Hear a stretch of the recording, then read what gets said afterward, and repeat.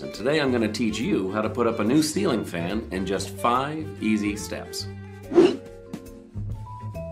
The first step is to open the box and throw out the instruction booklet because you're a big man and you know exactly what you're doing. You don't need some rinky-dink piece of paper telling you what to do.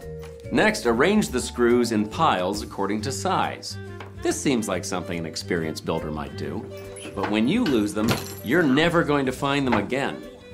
To begin assembling your new fan, start jamming and forcing things into holes they don't really go into.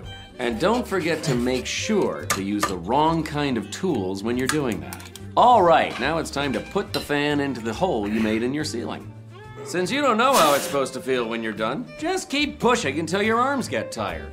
And then, watch as the ceiling fan crashes to the ground. What is going on in here? When your wife yells at you and demands that you call an electrician, make sure to act like you've got everything under control. That's all right, honey. I'm making a video to teach people. You teach people if you don't know anything! Oh, well, I guess I missed all those years you were a ceiling fan expert! Was that when you were with Steven? Oh, but Steven liked to go out at least!